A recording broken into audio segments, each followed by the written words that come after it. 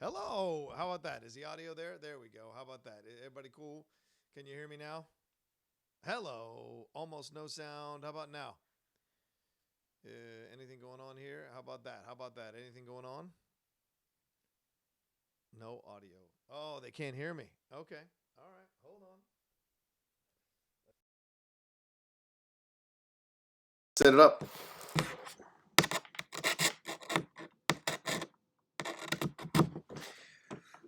Yep. You get nothing still? Too loud, John. Lower it a lot. Your mic is here. I'm getting both. Everyone's saying it's a little too low, a little too high. Let's see. Let's see. How about now? Is it better now? Is it better now?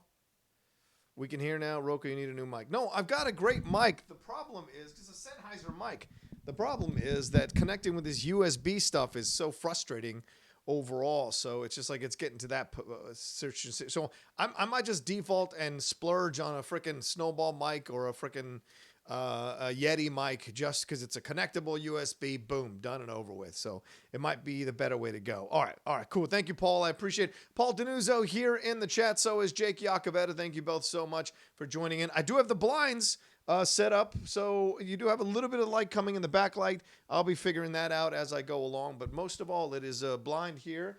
Good to go. Also want to let you know if you haven't, we've got the Super Chat set up. We got Streamlabs set up. Listen, guys, give me a break. It's Monday morning. I'm doing the best I can here in this situation. It was a bit of a long weekend.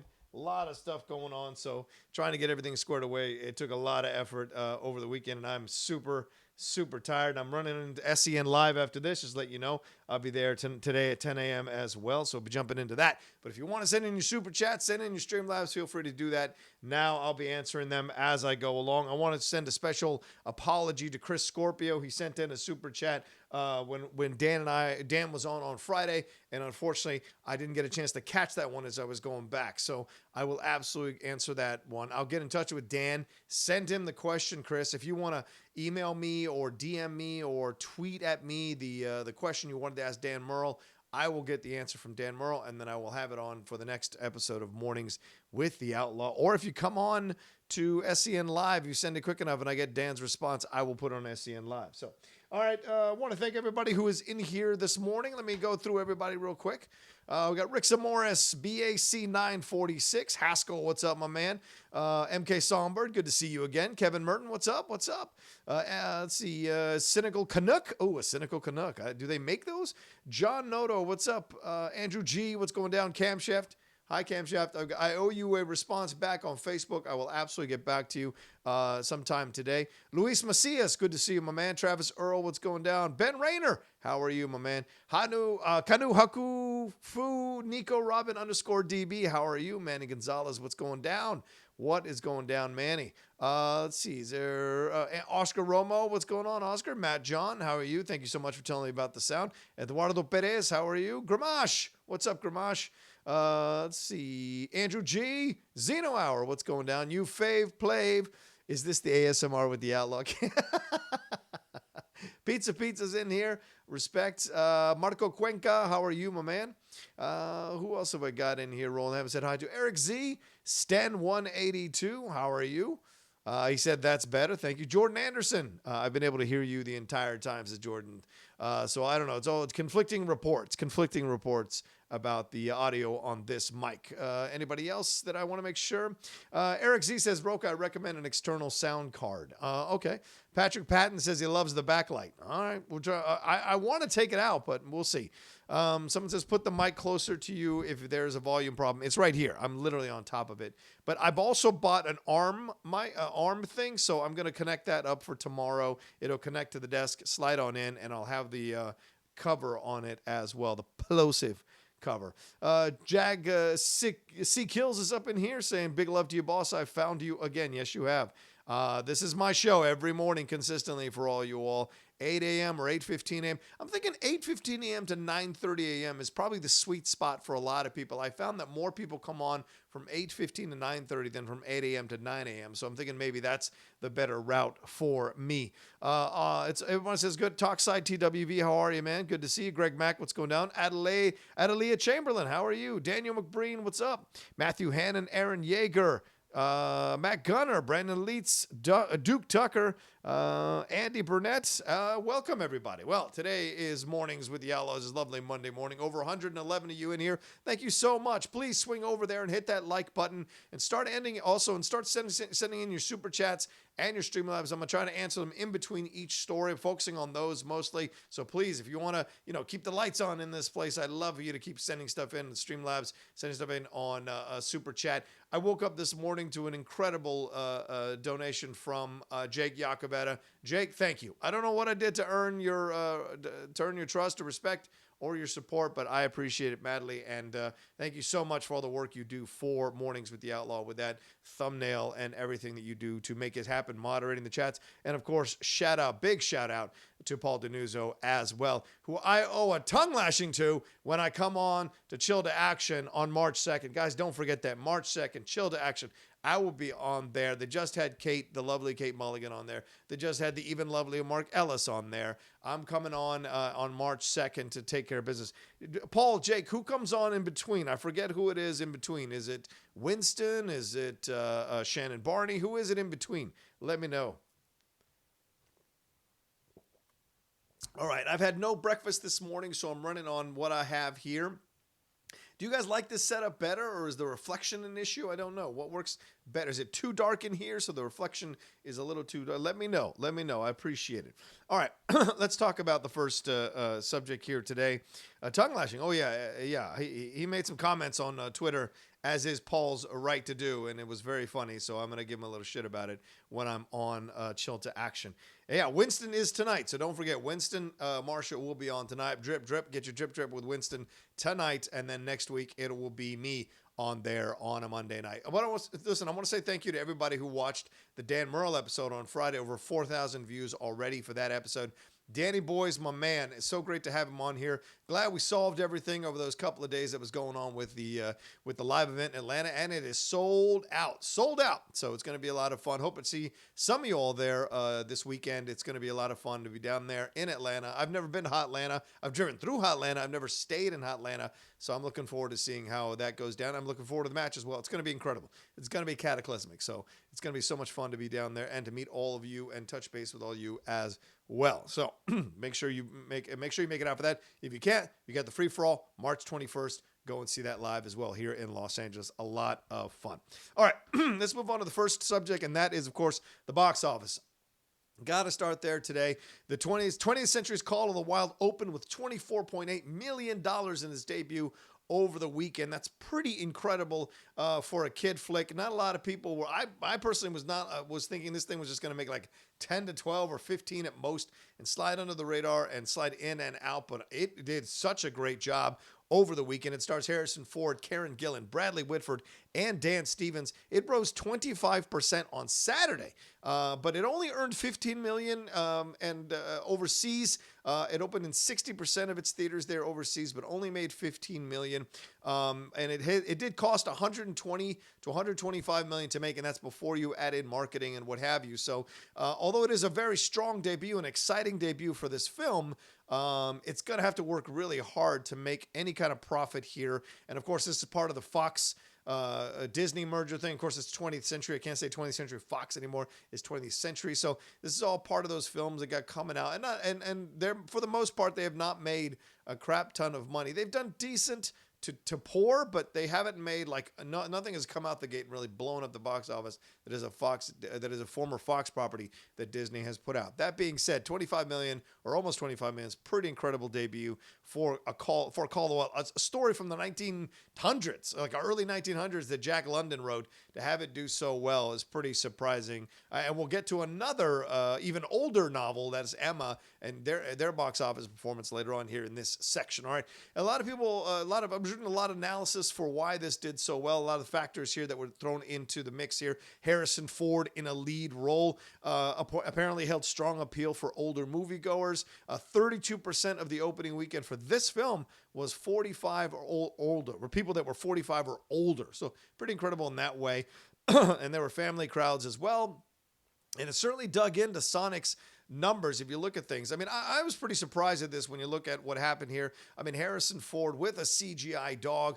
Who thought that thing was going to make as much money as it did, and overall have the reactions that it did from the audience? Because the audience right now, the cinema score for this film, I think, is an A- cinema score, and it's got a 90% audience score on Rotten Tomatoes. That's based on over 600 ratings to date on that. So pretty fascinating stuff for Harrison Ford. Hey, the man can still pull. The man can still put butts in seats with the right program or the right show. So pretty incredible to see that happening.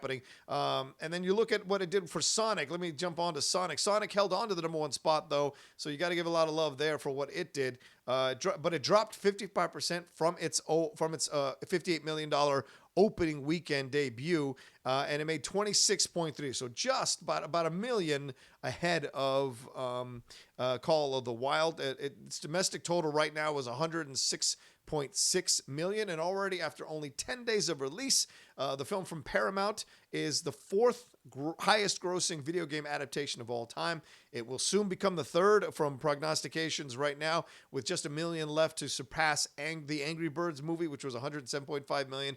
And a lot of people are predicting by the end that it will top last year's Pokemon Detective Pikachu at 144.1 million. So that's certainly that's certainly a great thing for Sonic the Hedgehog and what it's been able to do. So you got to get it a lot of love, got to get a lot of props to that film and how it came across for a lot of people. And I see a lot of film Twitter people on Twitter asking who's going to see the movie at these numbers. Is it really that good of a movie, or is it the fact that people are going for nostalgia, or any number of things? And I think it's just the fact that the movie's a lot of fun. I'm going to go see it today, and I'll have a review up tomorrow for it. So I'm going right after SCN Live, going to swing on over to the AMC in Century City and watch it there. Also, I'll be doing a reaction video to that new Transformers trailer that dropped on Netflix. I haven't watched it because, I'm a Transformers fan. I want to do an authentic trailer reaction video to it. So I haven't watched it yet, and I can't wait to see it. Oh, so am I getting too much light on my face? Do you guys think I'm getting too much light on my face? Let me know. Or do I look all right? Because I adjusted the camera as well. The camera now is no longer attached to the iMac. The camera is now on a separate tripod. So I'm trying to make sure I'm getting good looks here. But maybe the backlight's a bit too much. Maybe it's fading me out. I don't know. But yeah, you got to give a lot of props to the redesign as well for this thing. That maybe a little bit better there. Yeah, a little less light on the mic. Anyway, all right, so great stuff for Sonic in terms of holding on and what it's going to end up doing. Pretty much a surprise. You got to put not a lot of love to Call of the Wild as well as a surprise. It does kind of, and I do want to jump into Emma now, as I mentioned earlier. Fox features Emma, which stars Anya Taylor-Joy. It's directed by Autumn DeWilde. My interview with Johnny Flynn, who's also in the movie as George Knightley, is going to drop later on this week as a new episode of The Deep Cut. But this film, it was limited release. It made $230,000 over the weekend in 5 theaters. That is pretty good, a $46,000 per theater average. This is a pretty good, indicator of what it might do at the box office. It is a small film. It's a period film. It's a British film. So all of that, and plus it's like the third or fourth theatrical adaptation if you include Clueless. Obviously that 1996 one from Gwyneth Paltrow in it as well. But this film is very sweet. It's getting good reviews. It's gotten a positive reaction from the fans. I did my spoiler review. I guess if you want to call it that. It's up on the channel as well for you to watch. If you want to watch that and see my thoughts on this film, you guys know I'm a big Anglophile, so I went in excited to see if this was any good. And damn if I wasn't surprised by a lot of what I saw in the movie. I think Autumn DeWilde did exactly what Greta Gerwig did with Little Women. She kind of messed around with the script a little bit, added some stuff that felt modern and topical, and not added in a way that wasn't there. It was there. So she added it in a way that was perfect for the film. It made it feel like, I don't know, it made it feel topical. It made it feel like something you could actually enjoy and connect to. And the characters were well done. And they even bring up certain little topics within it. So I'm happy for how it's done, doing $46,000 per theater. Average over $230,000 it made this weekend. So it bodes well for what's coming for Emma later on. I do want to hit on one last thing, and that's Birds of Prey. Well, one last thing about, did I mention, don't forget, listen to my podcast later on this week with George Knightley for Emma. That's going to be a lot of fun. Let's move on to Birds of Prey. It fell a sharp 59%, only made $7 million over the weekend. So the total right now is $72.5 million for this film, which is a bit of a shame. It could become the first DCEU film to finish its run with under $100 million domestically, and that is it's not a good look to have on you for Birds of Prey. I'm sure Margot Robbie's bouncing back and shooting Suicide Squad 2 and just kind of rolling on with her other projects. She took a chance on this thing. She thought she'd do it a certain way. Didn't play out box office wise, but certainly critics wise and fans wise, for the most part, people who went to see the movie enjoyed the movie overall, liked the movie. It's got a strong cinema score. It's got a strong audience score. It's got a good critic score. So overall, this was a good movie.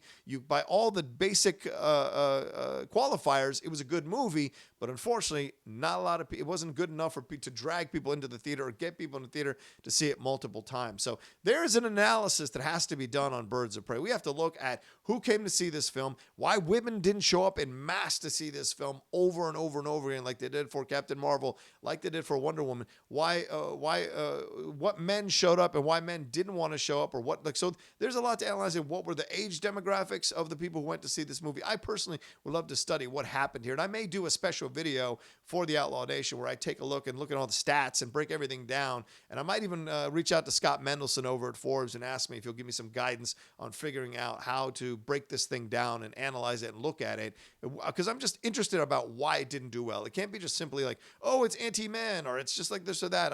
I want to explore what happened with it, and maybe even look at the reasons that it went down the way it did. So we'll see as it goes forward if I can kind of put this thing together. The other movie that came out was Brahms the Boy 2 from Lakeshore and STX Entertainment. It earned $5.9 million, which is not bad. It's a sequel to a film that was surprising with what it did. It legged out to $38.5 million. The original, The Boy, the one with Lauren Cohen from The Walking Dead, or previously from The Walking Dead. This one starred Katie Holmes.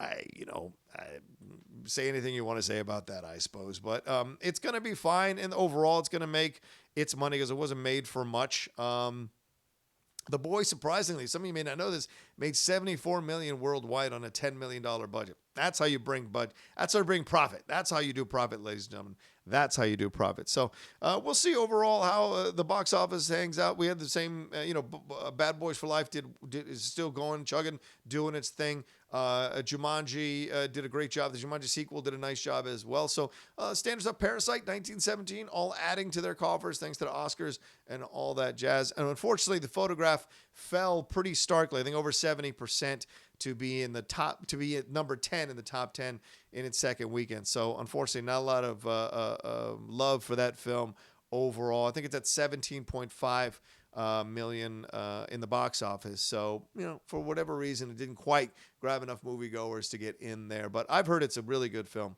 It's just that maybe it's a bit too small of a film, and there wasn't enough promotion for it to get people to come into the theaters. All right, let me see if I got any Super Chats, any Streamlabs going on, anything going on so far. Let me refresh here real quick and see. Oh, Andrew G donated. He said, I wonder if the lightsaber fight talk in flashbacks. I think Mando is set in a time where the only Jedi may be Luke, a time where most don't seem to know what the Force is, let alone a Jedi. I like that a lot, but maybe there are more out there. Yeah, I'll get to that in just a second in my second topic here for Mornings with the Outlaw. That's talking about Giancarlo Esposito's comments about The Mandalorian Season 2. Hey, guys, please send in your Super Chats. Send in your Streamlabs. Would love to answer your questions about everything that I'm talking about talking about today before I head on off to SEN Live. Be a lot of fun to get a little interaction with you all. And of course, I appreciate the support and any donations you can give to the Outlaw Nation, because we are building this thing step by step, and it's all because of you and the incredible work that you all do, the incredible love that you all show this show, and the support you all show the show. I appreciate it madly. Let me take a sip before we move on to our next subject.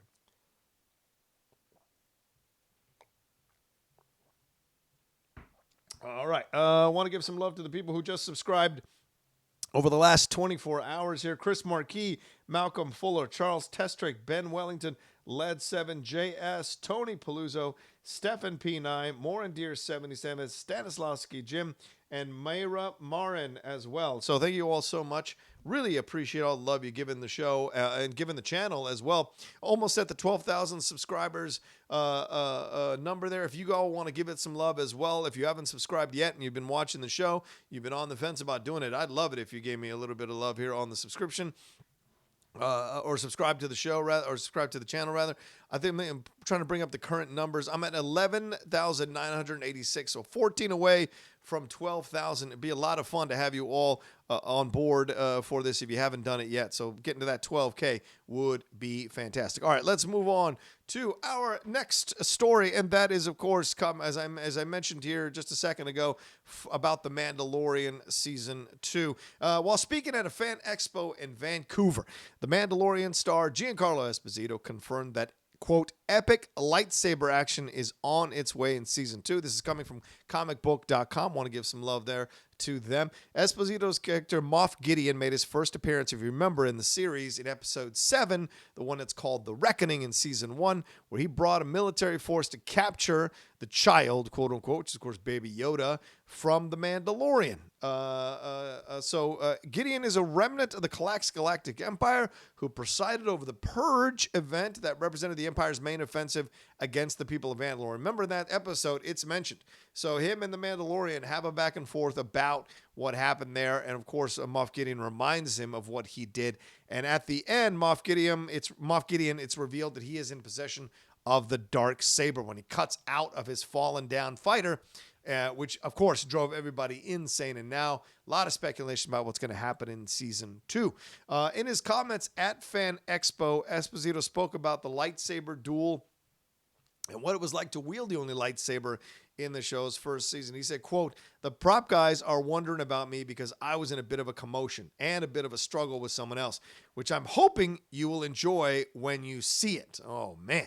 Major, epic lightsaber action happening on this show. And I should mention that I'm the only character in this first season who is able to be honored with having that lightsaber, so it feels wonderful. A little bit of, self-promotion from Giancarlo. You're not going to deny him that, and I respect the man's game to do that. The second thing he said, because he was asked about the situation of whether the duel, when pressed on whether the duel would be against Pedro Pascal's Din Djarin or the Force-sensitive baby in his care, Esposito was tight-lipped and said, well, no way. It ain't going to happen, baby.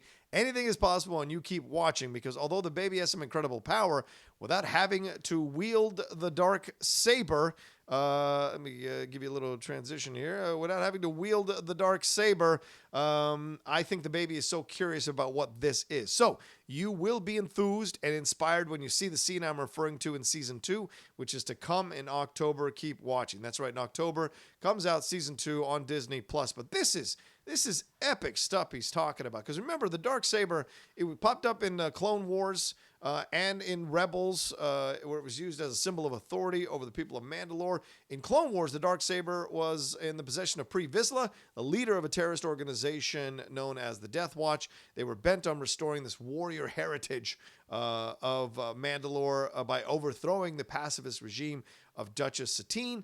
And remember that Vizsla teamed up with Darth Maul and took Mandalore by force before falling to Maul in a duel where Maul claimed the saber for himself.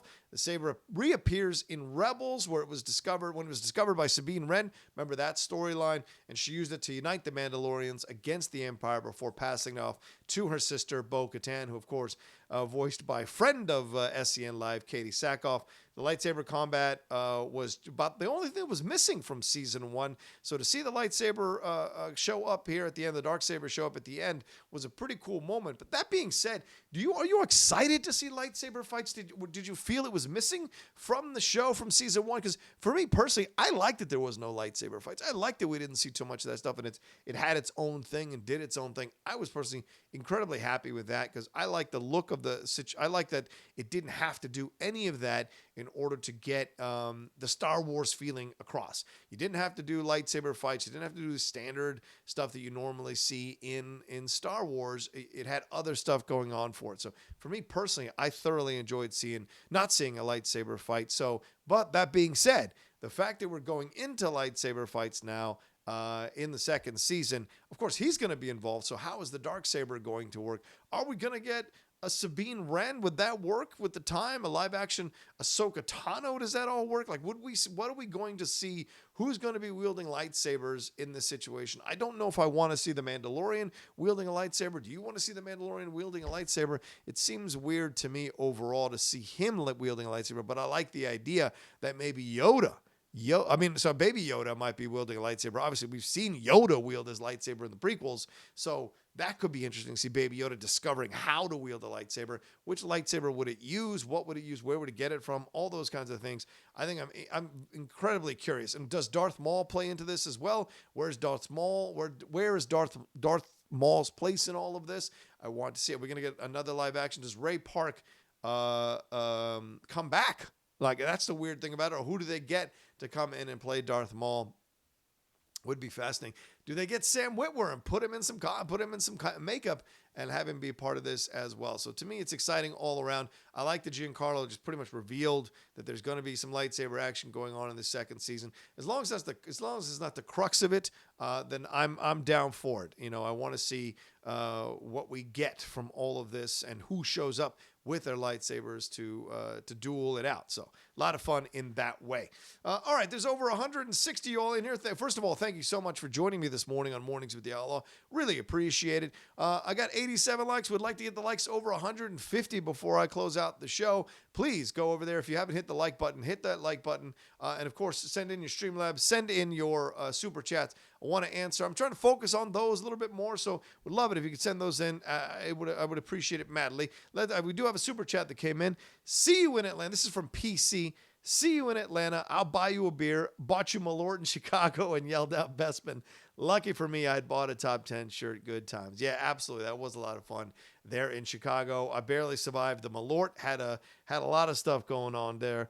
Is Darth Maul dead? Is dead at this point in the timeline? Okay, but I've seen Darth Maul come back. We've seen him come back many times. So where's that whole situation with that? We'll see, I guess. Thank you, PC. I appreciate the Super Chat. It was a lot of fun there in Chicago. Matt and I have been definitely thinking about whether we're going to come back to Chicago for a live event sometime this year. We're focusing on England right now, London, May 2nd. If you haven't got your tickets, if you're thinking of seeing the Top 10 show live, this is our first live show of the year. It'll be in England on March 2nd at King's Place. You can go to kingsplace.co.uk to get your tickets there. It'll be a lot of fun. It'll be a joy to be in that arena again, and this time in the bigger one, the 400-seat theater. We sold about a half the tickets already, so would love to get you all to come and see it. If you're even thinking about coming to London to see us live, come do so. All right, let me do one more. Let me address this Streamlabs that came in. Yeah, this is a good question you ask, Andrew G. He asks, I wonder if the lightsaber fight talk is in flashbacks. I think Mando is set in a time where the only Jedi may be Luke, a time where most don't seem to know what the Force is, let alone a Jedi. I like that a lot, but maybe there are more out there. So if Luke is the Jedi around this time of the Mandalorian with the baby Yoda, I suppose you're right. Who's going to be out there roaming around who's a Jedi who can wield a lightsaber? It'll be fun. Will we get new characters in that way? Will we get new Jedi in that way? Will we get maybe a little bit of what could become what could become the new movies or the new trilogies where we get characters that connect up in that way through season 2 of The Mandalorian. Remember, they kind of essentially tried to connect season 1 of The Mandalorian with Baby Yoda's force powers, mirroring Rey's force powers in The Rise of Skywalker. So will we see that in season 2? I wonder. I look forward to it. Got another got another Streamlabs that came in here. And this is from Lou Hiepfan. He says, I appreciate the content you're putting up on your channel. Fan of the Outlaw and all the hustle you do. Here's a few bucks for the cause. Oh, it's very kind. I appreciate that. It's nice of you. Thank you so much. Yeah, working really hard to put a lot of things up. It's not easy all the time to figure out what I want to do. I was looking to a bunch of channels actually over the weekend, thinking about what's going to be the Outlaw Nation's brand. What's going to be the Outlaw Nation's approach? What's going to make me distinct? So I think just being me is the first distinct thing I can hang my hat on. The second thing is, where am I going to go with that being me? Where do I take it? So that's the thing that I was trying to look at as I was watching other people's content, other people's channels, figuring out what I want to do with it. So I'm still a little backlit. Let me close one of these blinds here. There we go. I think that helps a little bit. Maybe I'll adjust the lighting and what have you. All right, it's cool. Just wanted to see. All right, maybe it's Ahsoka. A lot of people are mentioning that Ahsoka Tano could be a part of this in season 2. Will we get a live action Ahsoka Tano? I certainly would want to see that. Do we get a live action Sabine Wren? I'd want to see that. Do we get a live action like a Bo-Katan? Does that come into play? So much could come into play here. I think it's fascinating because of what happened with the Darksaber. I don't know. I'm curious to see where we go with this. Yeah, was it Ben Lander saying Luke and Ahsoka are the only ones we know that are alive? Ezra is missing at this point in time. Maybe Ezra. Ezra could be interesting coming back into this situation. I would be excited to see that myself personally. To put down to see what would happen with that, because of course Moff Gideon can wield a lightsaber, but Moff Gideon is a Moff. As a Moff, he has to stay kind of above this stuff. Yeah, does he want to fight? Will we get a lightsaber duel with Giancarlo Esposito? It sounds like we will, but do we want him lightsaber dueling throughout the season? No. Other people have to slide in here, maybe his seconds or whatever, and only the Siths we've ever only seen the Siths wielding lightsabers. So will we see Siths? Will we see Sith Lords? What are we going to see in the second season of The Mandalorian that will lead us to lightsaber duels, an epic lightsaber duel? Because remember, The Mandalorian and the Moff Gideon, the Moffs aren't really known for wielding lightsabers, and neither are Mandalorians other than the Darksaber. So I'm curious to see what they're going to set up here to kind of fill in the lightsaber duel situation. I'm curious. I'm very curious. All right. Any other Streamlabs or Super Chats? Someone asked me about the John. Oh, this is Callum Smith. Says, John, your thoughts on Wilder versus Fury and imagining an AJ versus Fury in the O2. The O2 arena, I think, is what you're talking about. All right, real quickly, my thoughts on, and this is a sports segue here, real quickly, my thoughts on Deontay Wilder versus Tyson Fury was that was a hell of a game plan from Tyson Fury that he implemented in that fight. Absolutely cut the ring off, absolutely got in Deontay's face. I think Deontay was depending on what everyone else has done, which is kept their distance, and Deontay would eventually figure them out and land his hard right hand. Certainly what happened in the first fight, that's what he did, both in the 9th and 12th round, knocking down Tyson Fury both times. Tyson was playing more of a defensive fight, more of a points-winning fight. He wasn't in the first fight. He wasn't necessarily looking to knock out Tyson. If the opportunity, Deontay, if the opportunity presented himself, then Tyson would have knocked out Deontay or tried to knock out Deontay in the first fight, but it didn't. So Deontay was able to take advantage of that situation and got a much disputed draw out of this, because a lot of people thought that Tyson Fury had outboxed him. But in this fight, Tyson Fury changed trainers, and it showed. He absolutely mauled Deontay Wilder, put on like 23 pounds extra than what he was weighing when he fought in the first fight, and just leaned all over him, cut the space down, wasn't afraid of the right hand. Once you show someone that you're not afraid of their most powerful weapon, then that person has to be like, well, what do I do now? What is my recourse now? Where do I go now with my punches? What do I do in terms of strategy? So in a sense, he outthought the trainers for Deontay. He outthought Deontay himself.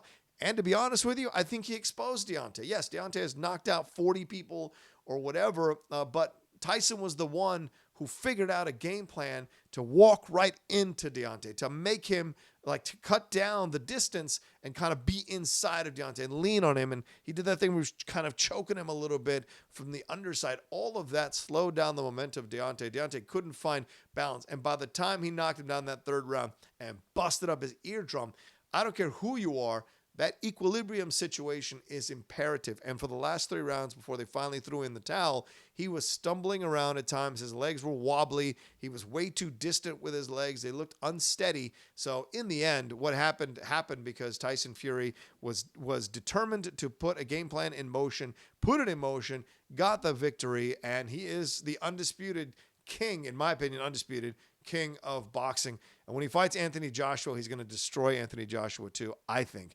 And then Deontay is going to come back, and Deontay is going to get his belt back. Trust me on this. This is a tough fighter. He is 34 years old, so I think he's going to have one last final run. And trust me, I know about older guys getting a final run and the things they love, and I think he'll come back and win that belt again, either from Tyson or if Anthony Joshua pulls off the miracle, he'll beat Anthony Joshua for that belt. So, all right.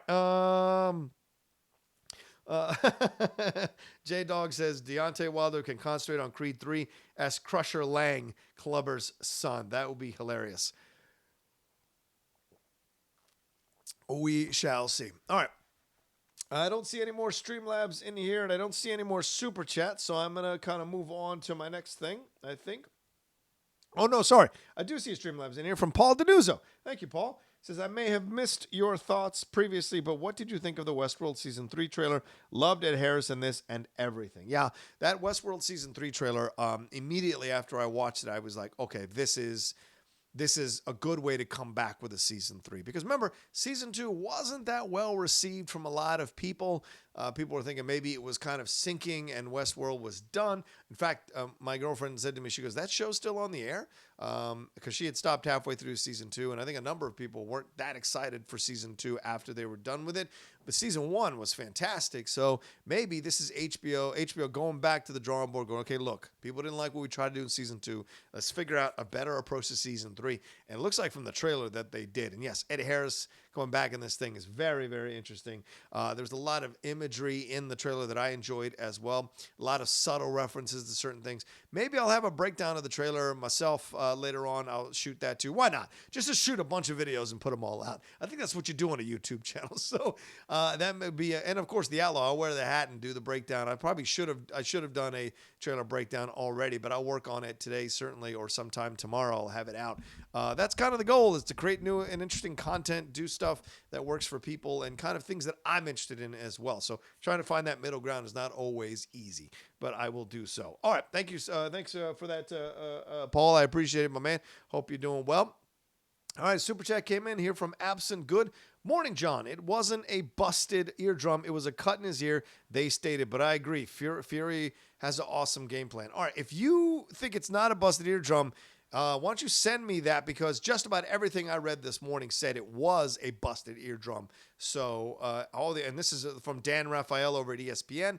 Number of boxing writers, they all said it was a busted eardrum. So if it is just a cut in his ear, then okay. But if you're taking it from Deontay Wilder's people, they may be saying that as a way to make it seem as if Tyson wasn't that powerful. Tyson didn't mess him up that much. But again, it's all PR stuff. They threw in the towel, man. When you throw in the towel, that is that. And both people, the co-trainer who threw in the towel, Deontay's other trainer was upset at the co-trainer for throwing in the towel. He thought that Deontay should have gone out on his shield. But just about every analyst I'm reading from last night into today said that it was the smart thing to do, and Deontay will live to fight another day because they threw in the towel, because Tyson was all over this guy, could have seriously injured him. And when they did throw in the towel, he had just finished unleashing a barrage of shots to Deontay's head. So anything could have happened to this guy. You want to see the best fight again. You don't want them to be knocked out and never come back. So that's a good thing that I think they threw in the towel, to be honest with you.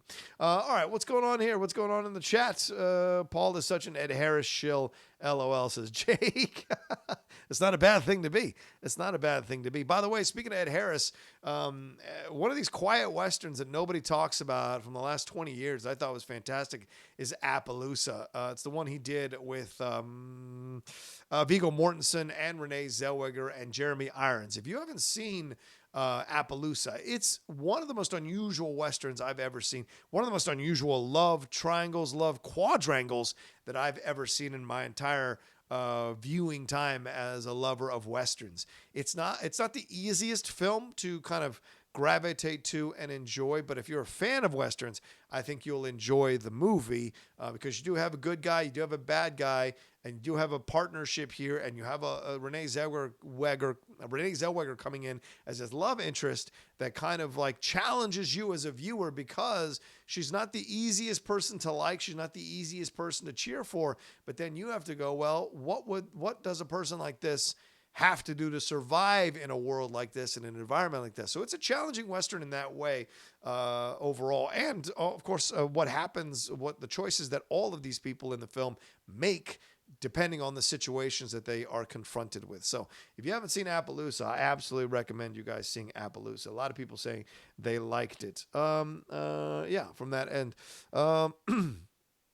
Rick Morris wants to know, will Stephen A. Smith swallow his pride and say he is wrong about Fury? Well, you know, you say these things, you're right about these. You're right. Tyson Fury, prove me wrong. Tyson Fury did it. He won. But we'll see what happens now. We'll see what he does in the future. I wonder. I was wrong. There we go. Greg Mack saying he loved that movie, Appaloosa. Someone saying R.I.P. Katherine Johnson. Can I look that up? Katherine Johnson? Let's see here. R.I.P. Katherine Johnson. I just want to make sure it's someone that needs a little love from us here this morning. Oh, yes, NASA mathematician. Oh, she just died this morning. Oh, that's a shame. Some of you know Katherine Johnson if you watched Hidden Figures. Taraji P. Henson played her in the movie. Oh, that's such a shame. She was a NASA mathematician, and she was it. And let's see here. Let's put it in.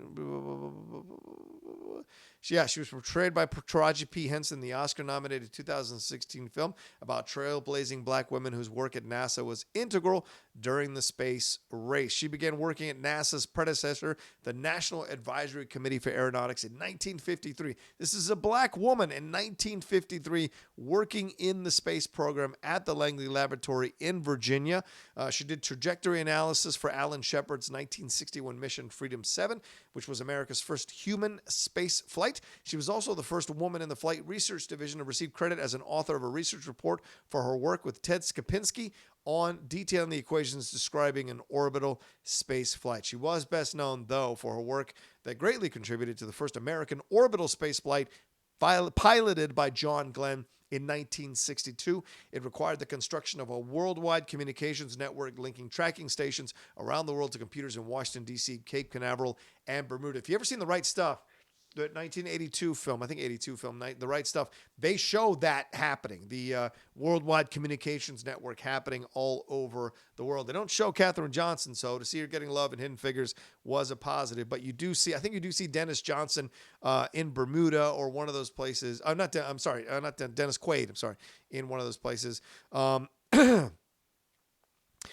So Glenn asked engineers, okay, so astronauts were keen on putting their lives in the care of the electronic calculating machines, which were prone to hiccups and blackouts. So Glenn asked engineers to, quote, get the girl, referring to Katherine Johnson, to run the computer equations by hand. If she says they're good, Glenn said, then I'm ready to go. And Glenn's flight was a success. Katherine Johnson, when asked to name her greatest contribution to space exploration, she talked about the calculations that helped sync Project Apollo's lunar lander with the Moon Orbiting Command and Service module. So pretty incredible. She retired in 1986, worked for NASA the whole time for more than 3 decades. She was born in 1918 in West Virginia, and she attended a historically black state college at 13. And at 18, she enrolled there for undergraduate studies, and it was at West Virginia State where she found a mentor and math professor, W.W. Shiflin Claytor, the first African-American to publish in a mathematical research journal and the third African-American to earn a PhD in mathematics.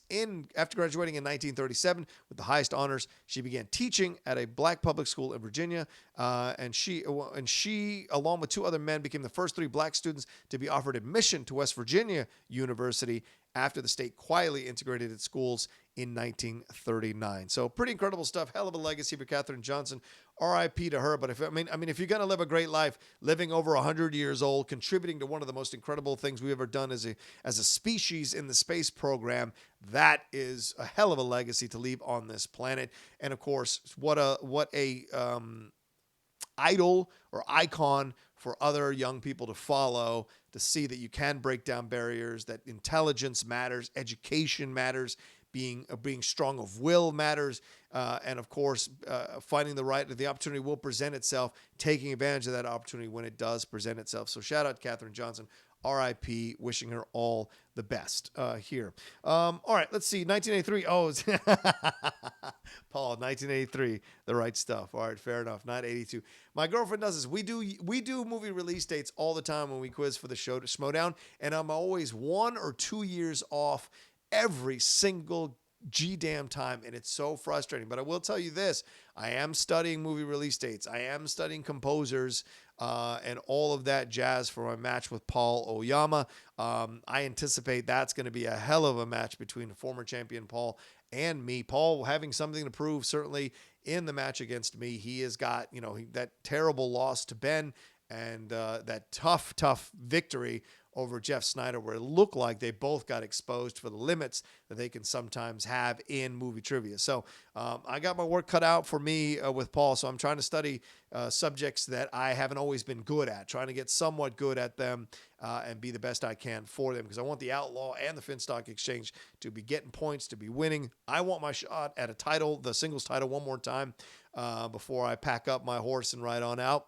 So that's certainly a motivation of mine to take on Paul Oyama, and who knows how it's going to go. Certainly, like with everything, I think it's always going to depend on the wheel. All right. Justin Town says that movie wasn't very accurate historically, though. Are you talking about The Right Stuff, or are you talking about Hidden Figures? Which one are you talking about, Justin? All right, let's move on. Eric Messick has a super chat here. Did you get a chance to see the Wangers Amateur Hours films? Did you get a chance to see the Wangers Amateur Hour Films new sequel short film Lift while you were cruising YouTube over the weekend? I did not, but it is on my list of things to watch. Maybe sometime today I will find time to watch it. It'd be fun to do a reaction video, maybe a mini review of the film for the Wangers. That could be a lot of fun actually for me to do. Look at me throwing myself a bunch of videos to do, but look, this is the motivation now coming into March.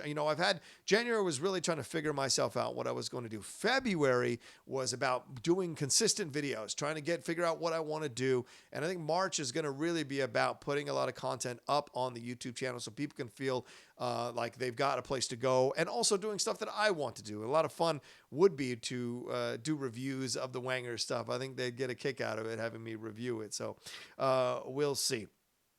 So many questions coming through here. Let me see if there. So I haven't had a chance, but I will review it. Eric, thank you so much for the super chat donation, and shout out to the Wangers over there. Shout out to Christian Ruvalcaba and Cody Hall and Brian doing such a great job over there overall.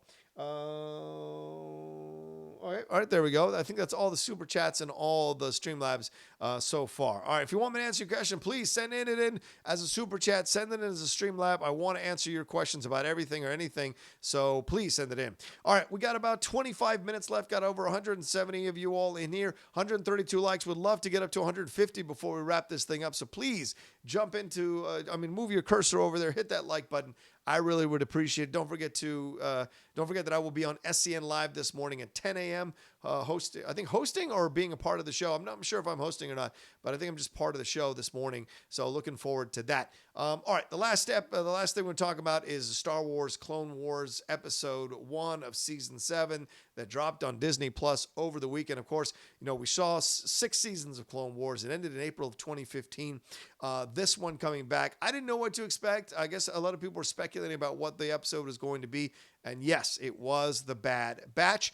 And this was the general overall gist of the show was that Clone Trooper Captain Rex, who is stationed with Anakin Skywalker at Fort Annexus, he has reason to suspect that his old comrade in arms, Echo, who he thought was dead, might still be alive and is being held captive by the Separatists for information on strategy of the Republic, because he thinks that explains why the droid army has been countering Rex's moves so effectively. Oh, by the way, if you haven't seen the show, damn, I don't know what to tell you. I'm going to try not to be spoiler heavy, but if you haven't seen the show, I might spoil some things for you. So if you want to jump off, feel free to jump off. I appreciate the view. But just letting you know now, I am going to maybe talk about some spoilers for the next 5 to 10 minutes of this particular news item. So just giving you that warning. Spoiler alert, spoiler alert, spoiler alert. All right, let's jump into this thing. Like I said, he thinks that Echo might be behind why the Republic keeps getting the best of them in the moves and the countering moves as well. So they want to infiltrate. So he comes up with his plan to infiltrate enemy lines and recruits the Bad Batch. That's right. The Bad Batch. Of course, the Bad Batch had come out earlier. I think there had been like a 4-episode arc of the Bad Batch that had been released earlier, and it wasn't quite 100% up to people's standards. They're quirky clones, the Bad Batch, with their own powers. And this is from StarWars.com. It's Clone Force 99 / The Bad Batch. During the creation of the clone army, the Kaminoans made genetic experiments in an attempt to create super soldiers. While the plan never quite worked, 4 of those experiments came to form Clone Force 99, or as they call themselves, the Bad Batch. The Bad Batch were indeed an elite group, though their methods were somewhat unorthodox. The team's clones were wildly different from each other, with unique personalities and body types. You got Hunter, who was the stoic and strong leader. You got Wrecker, the hot-headed brute. Tech, the intellectual and strategist. And Crosshair, the fast, deadly master of close quarters combat. The group proved pivotal in the mission to recover an algorithm from separatist forces on Annexus. All right, or Annex. Is it Annexus or Annexus? It's something like that. But yeah, I will tell you this. Overall, I really enjoyed the episode. I had a lot of fun with this thing. If this is the way you're going to come back, you come back focusing on the clone army. I mean, the show is called The Clone Wars. So I think I like that you got Rex coming back, because a lot of people loved seeing Rex in Star Wars Rebels. So to see him come back, kind of lead this thing here in Clone Wars was great. Of course, D. Bradley Baker doing an incredible job voicing all of these characters, including the Bad Batch characters. I liked the Bad Batch characters. I saw some people like commenting that, they seemed like something out of old action movies. Yeah, that's why they were fun. And a lot of people then commenting, they're a bit like comical. Have you watched the Clone Wars? There's a lot of comical moments in the Clone Wars. There's a lot of characters that seem kind of like, are you in a kid's show? And this is a kid's show. So you're going to have characters like this, like Wrecker, doing the things that he did was, making the comments that he made. He was kind of comical. I agree. Kind of ridiculous. I agree. But it was funny in the context of what they presented. I liked Hunter essentially being kind of the John Rambo of the situation, with that complete with red headband. And the scar on his face. I dug Tech as this smarmy kind of nerdy guy who knows all about the tech and knows how to handle everything and talks down to people. I don't know if you've been around nerdy tech people. They can be a bit condescending sometimes. So to me, it totally worked to believe that kid. And then Crosshair I thought was badass. That standard typical chewing the toothpick, starting to fight. Kind of like really confident about what he can do with his weapon. So, all good. I thought it was a good combo to counter Rex and everything was going on there and his crew of clones. The droids have taken the Republic's main production facility, and it could be a turning point in the Clone Wars if the Republic don't get it back. That's part of the storylines here. Let's see. Annexus previously appeared in Star Wars Rebels. as the titular freedom fighters exploring the base long after the old Republic had left it to rust. There was some great music in the show as well, in my opinion. There was a lot of, it was a great direction overall. The action scenes were fun. I mean, when they pushed back on those clones, and of course the clones making their little jokes, their little jokes to each other, things of that nature, I thought was fun to see. And also, I think the Bad Batch is a great kind of like counter to the clones, right? The clones are so stoic. I mean, not stoic, but they're so strong, so noble in what they do. Even when they turn on the Separatists, they're still noble in their pursuit and what they're trying to do, what they believe is the right thing for that situation. The battles were great. The action was fantastic. And I suppose there'll be more of this going on here. There's a mention of putting down an insurrection. What does that mean? The clones putting down insurrection. What does that mean? I want to see what that leads to. So there's a lot here in terms of coming back that I thought was enjoyable for the Clone Wars. And I really enjoyed the new characters, and we'll see what part they play, or was it just a one-off? We've seen that before in the Clone Wars. These characters get introduced, and they're just for one episode. They're a one-off, and maybe they'll come back down the road. But this is only one season, and this is the last season, so maybe we won't see the Bad Batch again, but I hope we do. It was a 4-episode arc. It was it was first screened at Star Wars Celebration as a nearly completed work in progress that never saw the light of day. Certainly there was better animation in this version of it, and I enjoyed the overall approach to it. There were 4 episodes in total when it was originally released back in 2015, but it wasn't received that well. So this felt like overall, from what I read in the reviews, people received it pretty well, pretty positively. So overall, I'm incredibly happy to see the Clone Wars back again. Get a little shot of Rex and all them. That's the clone. That was the guys those were the clones that were going there. And then you've got a little Bad Batch action. That's these mother effers right there. Love the designs and the way they came off the transport. I got to tell you something. If we had enough budget, if we had enough money, I would love it if the Finstock Exchange came off the plane like the Bad Batch came off the transport in the Clone Wars. That was pretty awesome. Another shot of Tech over here. Yeah, this guy right here, nerdy kid. You've all known that guy. And there's, of course, the John Rambo looking dude and the sniper in the back there, of course, as well. So to me, overall, really enjoyable stuff and good characters to kind of sink your teeth into and to have fun with. So that's what I would think about there, in my opinion, in Clone Wars episodes. We'll see what happens. I think it was a good way to start. Honestly, a good way to start the season, get you excited. There's nothing better than something that feels like an old school action film, old school, like one of those old school Westerns type films. And yes, Western in the sci-fi. Yes, don't come after me for that kind of stuff. So I enjoyed that overall. Let's see, what else we got? We got any more Streamlabs? Got any more Super Chats? Jump into it. Got about 17 minutes left in the show before I have to wrap this thing up. So I want to make sure I get you guys something going on here. Let's see. Andrew G. He donates, says, off today's topics, but one of my most favorite books is E.R. Burroughs' A Princess of Mars. While not perfect, a film by Andrew Stanton, John Carter, got done dirty, in my opinion, by Disney's marketing and bombed, but I love it. What do you think of it, Rocha? John Carter? Yeah, which was Princess of Mars. Yeah, I liked John Carter. I thought I think it just, like Birds of Prey, right? It just came at a certain time when people maybe weren't 100% down to see it, didn't go see it. There was like some jokes about Taylor Kitsch's ability to lead a film, and certainly it's been proved out that the audiences didn't gravitate to his movies. That's what you can say. Taylor Kitsch was not a box office draw, so maybe that played into the factor as well. Yeah, maybe Disney marketing, blah, blah. But sometimes films come out, and no matter what you do with how you present it, people don't go to it. Look at Out of Sight. Out of Sight is one of the most incredible films over the last, 30 years, and yet people didn't go see this film en masse. It was, in essence, a pseudo box office bomb. Look at Blade Runner. Blade Runner came out in 82, 81, and it was incredible. People didn't go see it in the box office. So it's just a matter of timing and what there's a lot of factors that get involved in situations like this. I think overall people are like, I don't want to go see a Mars film. I mean, there was that run of films from Mars, right? Red Planet, Mission to Mars. I think it wasn't until The Martian came along that we actually had a film connected to Mars that was received well critically and in the box office. So overall, I think that's going to Mars is not really something people gravitate to or enjoy.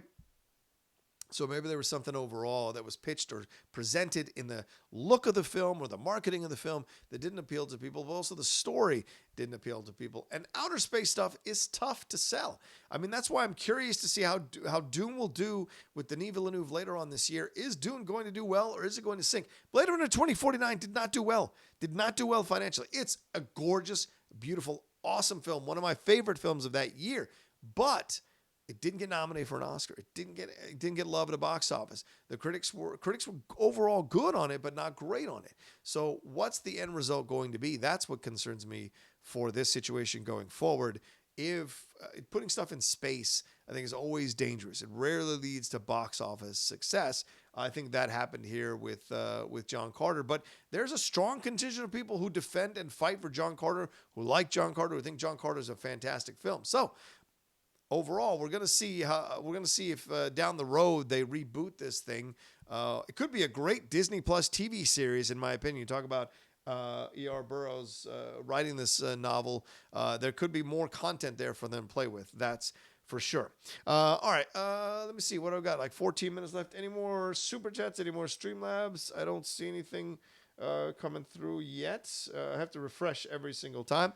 No Super Chats. All right. Jay Scott for Reals in here. What's up, Jay Scott? How are you? Morning to you as well. Got 147 likes, my friends. Please swing that cursor over, hit like on this show. Give it 150 likes. I'd really appreciate it. Let's see. Manny Gonzalez wants to know who's on the show today. Let me see if I can pull it up here, because I know Christian sent who's on the show today. Let me let you know.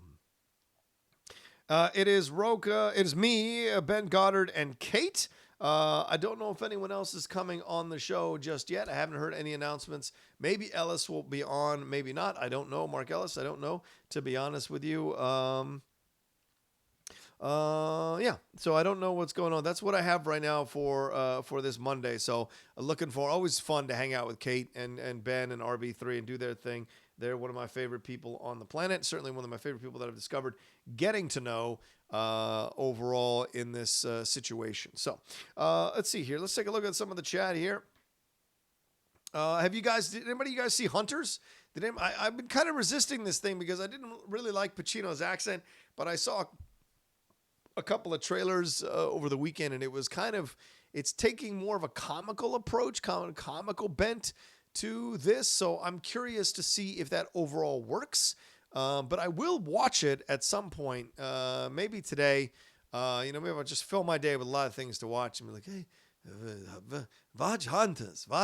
Like seeing him do the accent, it's almost as bad as seeing him do the Cuban accent in Scarface. Even though I love Scarface, I don't know if I buy Pacino's Jewish accent in the movie. So I'm looking forward to it. We'll see. Fave Plave wants to know, Rocha, when are you hiring Sabrina to the Morning with the Outlaw? Oh, no. Who wants to come here at 8 in the morning, for God's sakes? I can barely do it at 8 or 8:15 in the morning. I don't want to put that on anybody else. That being said, though, I think I will be turning my Friday's shows into guest shows where they come on. I think the reception for Dan coming on from 8:30 to 10 a.m. was really positive reception. So I think that's the way I'm going to go with that. Down the road, certainly having Dan be a part of it was great. I don't think it'll happen this Friday, obviously, because I'll be in Atlanta traveling. I leave early in the morning. So I depending on the timing, I may do a Mornings with the Outlaw before I get on the road to head to the airport for the flight to Atlanta. But I'm looking forward to being there, looking forward to having a good time and then seeing the match, of course, participating in the match and then heading home. So looking forward to all of that. But I would love to have, I'd love to have Sabrina on at some point down the road. But I think I'm going to try to do, focus on, I got to get Roxy on the road, on here as well. So we'll see. By the way, tomorrow, I think I'm going to debut the new sports show here on the Outlaw Nation. Going to call it Game Time. That's going to be the new show. And of course, Brian Ward has done an incredible job with this situation, with these logos, what have you. He's just done incredible work overall. And I'm trying to find the logo for it right now so I can bring it up for you. I didn't anticipate talking about it, but let me see if I can find it in my stack of stuff. I thought he's just been so fantastic with creating stuff for me here on the Outlaw Nation. As I've given him ideas or tossed things out to him about what I want to see. It's called Game Time. Let me bring it up here real quick. Yeah, there we go. There it is. All right. Boom. There it is. Outlaw Nation Game Time. That's going to be the new sports show here. Look at that. He put a little jersey around. It got lights in the back. Pretty cool logo from Brian Ward. He's been awesome. Just so incredibly awesome with all the stuff he's created for me here on the Outlaw Nation. And I've been incredibly happy to work with him even more with all the stuff he's just built up overall in my time here in the what can I say? In my time in the Schmodown sphere, he's been great. There's another version of it that he did. I thought it was a little more. It could be a lighter version there. We'll see there, kind of a darker version, maybe for a nighttime show. We'll see. I'll put it out when the time is right. But I'm looking at dropping it tomorrow. Going to talk maybe about the Tyson Fury, Deontay Wilder stuff. Talk about the Astros sign stealing situation that happened over the weekend. Talk about the NBA as it's coming back from the All-Star break. Talk about a number of things that happened in the world of sports. So it'll just be me on here first, and then eventually I think I'm going to try to bring on Jay or Winston or bring a guest every Tuesday and do the show live that way with you all like we did way back when on Collider for Sports Time. So we'll see how that goes down and what my plans for it are. And, of course, the Outlaw Nation will be coming back very, very soon as its own thing that I'll put on to the podcast feed, but it will be a show where we talk about mental health stuff. We talk about like inspirational stuff, talk about moving forward, talk about creating a better life for yourself. All those kinds of things are coming down the pike for the Outlaw Nation. So don't jump off, my friends. Don't jump off. Let's see. We'll see.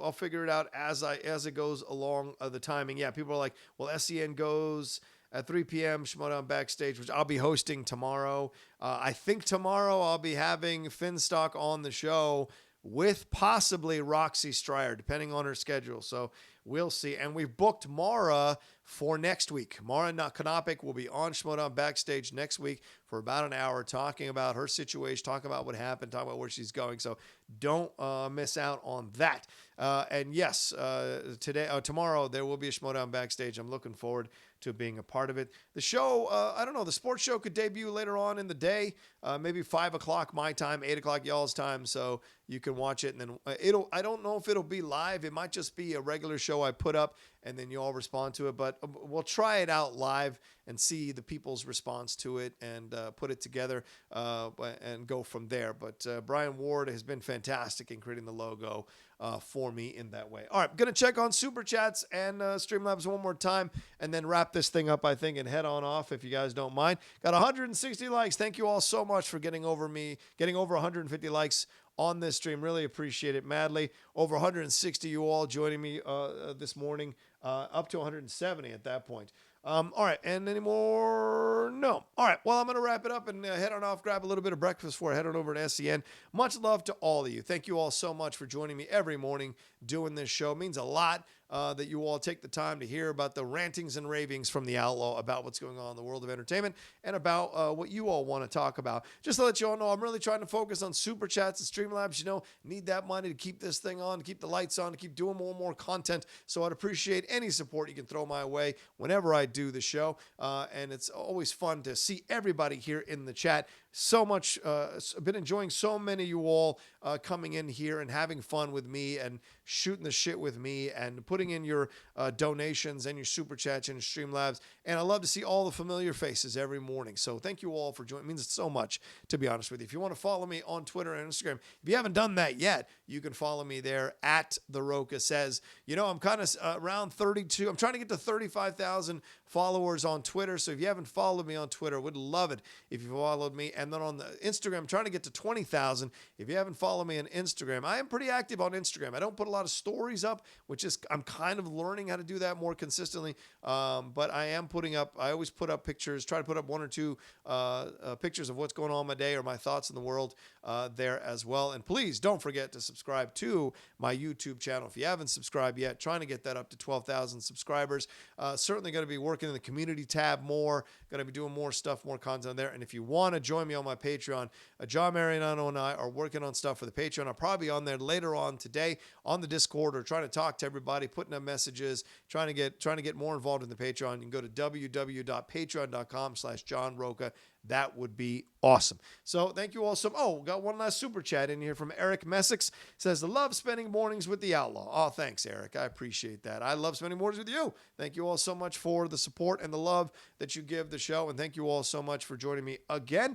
Any last things to say? Thank you to Jake Iacovetta. Thank you to Paul Denuzzo. Both these guys have been really just essential, and John Mariano as well, essential in like keeping my spirits up and helping me put this thing together and being a part of it every day to make it happen. So I can't thank these guys enough, and it's been a blast, and it's a joy putting this all together for you all. All right, until then, I will see you tomorrow morning with another brand new episode of Mornings with the Outlaw. Have yourself a great Monday. Remember, it is a new week. It's a new time to start again. Whatever happened last week, happened last week. Whatever happened over the weekend, happened over the weekend. This is Monday. Time to start anew. Time to put things in motion. Did you want to change your diet? Change your diet. Do you want to go work out more? Go work out more. Make it happen step by step. A new week is a new chance to do something positive for yourself. Do something fun for yourself. So why not go out and do it? Get it done. Want to buy a new shirt? Go get a new shirt. Want to ask that girl out or that guy out? Go and do that thing. Do it all this, a new week is a new start. I mean, could be a new you. You never know. So, and it is about making wholesale changes now. It's about doing small things leading to a larger goal. So put little goals in front of you so you can get to the larger goal. Always. That's kind of the way to do it. That's probably the best way to do it, so you don't get down on yourself. You don't feel disappointed. You don't go back into that cycle of saying negative things to yourself to send you back into that place because you feel comfortable in that place. You know that place. So you think you can exist in a place of sadness and insecurity and low self-esteem because you're like, this is what I know. But it takes strength to walk out of those situations and create a new reality for yourself. Trust me, I had a hell of a journey in January, and coming out of it in February, I'm still in a good place, climbing out of it, coming to a real strong place about what I want to do with this channel. If I can serve as any kind of guide for you, it is that. Went through my struggles in January about this whole thing, about being let go, about feeling useless or worthless, wondering if anyone was going to want to listen to me. And then slowly but surely, thanks to the love of you guys, thanks to the love of my lady, finding out that, I can do this. I can make this happen if I commit, if I fight, if I push. And even Chris the other day said, I don't know you once you put your mind to something not to find a way to succeed at it. And that really meant a lot from Christian Harloff, who has done it on his own a number of times. So, all right, thanks to you all so much. Love you in the Outlaw Nation. Remember, we got March 21st coming up in LA, and remember to sign up to watch this live stream of the match over the weekend on Saturday. It's going to be a lot of fun in Atlanta. Hot Atlanta is going to be burning up. No Sherman's March intended. It's going to be burning up in Atlanta for that match, so it's going to be a lot of fun. All right, take care, everybody. We'll talk to you tomorrow morning on Mornings with the Outlaw. Have a great rest of your Monday. Love ya. Love ya.